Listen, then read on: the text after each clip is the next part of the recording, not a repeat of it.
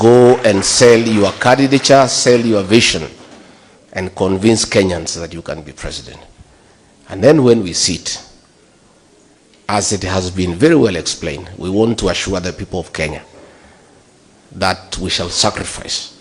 We shall make whatever sacrifices necessary for this country to make sure, under whatever circumstances, we have one presidential candidate to face William Ruto. My sister, I want to assure you, if you convince us, I'm sure you can, that you are the right person. I'll campaign for you the way I campaigned for William Ruto. Yeah? I and my supporters will rally behind you. And we will do it the way it has never been done before. And I and my supporters are ready to support anybody whom we agree is the one to face William Ruto. And I would do it very happily. I only have one disappointment in case I'm not chosen. Just one. Just one disappointment. I will miss the opportunity to face William Ruto in the presidential debates. Hiyo mtu tukikutana kwa debate nitamkaanga, lakini that's the only disappointment I would have. But otherwise we'll be available to do what we must do. Isn't it? Let's be watchful and very alert. William Ruto knows his goose is cooked. He knows joint opposition will send him home by 10 a.m.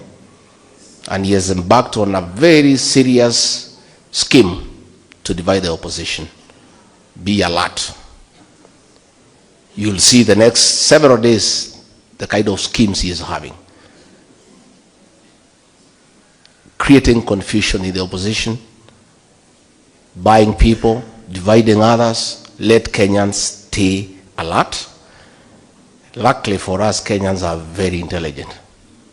They'll know. When they see a mole, they'll know. When they see somebody being used to divide the opposition, they'll know.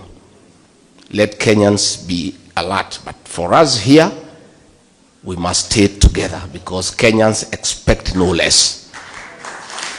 We cannot fail this country, because if we did and this guy came back, there will be no country here. Isn't it? All public resources have been looted.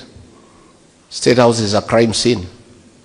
Money for capitation is what is being used to bribe people in State House. Money for SHA is what is being used to bribe people. Even this Haiti thing, William Ruto cannot go to the UN to talk about criminal gangs in Haiti when we are having criminal gangs here in Nairobi and in Kenya being accompanied by police to terrorize Kenyans. William Ruto has turned to use of criminal gangs to harass opponents, to disrupt meetings. During Sabasaba, criminal gangs under police supervision were burning supermarkets. They were stealing from people. In Kikuyu police station, where courts of law were torched, the Inspector General of Police went there with CS Murkomen, and 11 police officers were promoted on merit for having allowed and supervised the burning of the courts by gangs. Yeah? So there is no way he can go to the UN and pretend that he is very concerned about criminal gangs in Haiti, when in this country he is using criminal gangs to terrorize Kenyans. The last time he had a tour of Nairobi for 6 days, he was walking around with gangs. Goons are the ones who are accompanying the president. I even saw somewhere, when unveiling a housing program, he actually introduced one of the goon leaders in Nairobi and gave him the presidential microphone to talk to the people. That's how low we have sunk as a country. And then he is at the UN there pretending to look very holy, the way he cheated us with the Bible. Lakini wazungu wako huko walimuonea 18. Saying how concerned he is about Haiti. It is because Haiti is a conduit for stealing public funds. And that is why it is continuing. As Honorable Eugene have said, William Ruto, let the policemen come back here and deal with crime. In Nairobi today, people are being mugged during daylight. You cannot walk around in Nairobi at 6 p.m. And instead of these policemen coming here to help us deal with those gangs, they are somewhere in Haiti being killed and being butchered. I saw him shamelessly condemn the use of arms in Sudan. Yet everybody knows he is the one who is doing business with Hemeti and exporting guns to Sudan to kill women and children. And then he is there at the UN Assembly pretending. This guy is one of the most deceptive leaders we have ever seen in the history of this country.